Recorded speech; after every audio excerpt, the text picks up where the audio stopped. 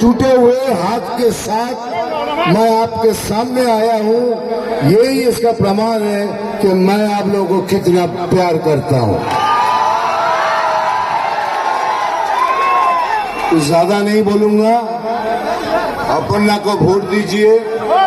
अपन्ना को वोट देने से एक ही फायदा है कि मोदी जी का सपना पूरा करने का और एक सैनिक मिलेगा।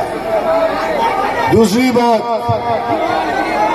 मैं सब जगह यही कह रहा हूं कि परिवर्तन चाहिए। बीजेपी आने से झारखंड का, धनबाद का प्रगति में तेज आएगा। जो हो रहा है उसके डबल ज्यादा स्पीड में सब काम होने वाला है।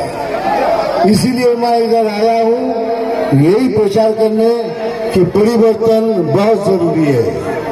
ये आपको बोल रहा हूं, आपको बोल रहा हूं, आप लोगों को सबको बोल रहा हूं। अभी मैं এখন আমাকে বলতে হবে, আমি জানি সবকিছু হয়ে গেছে। হ্যাঁ, বাংলাতেই বলছি। এবার বাংলাতে আমাকে ডায়লগ বলতে হবে, তাই তো? ওদের একটু কথা বলে আছে।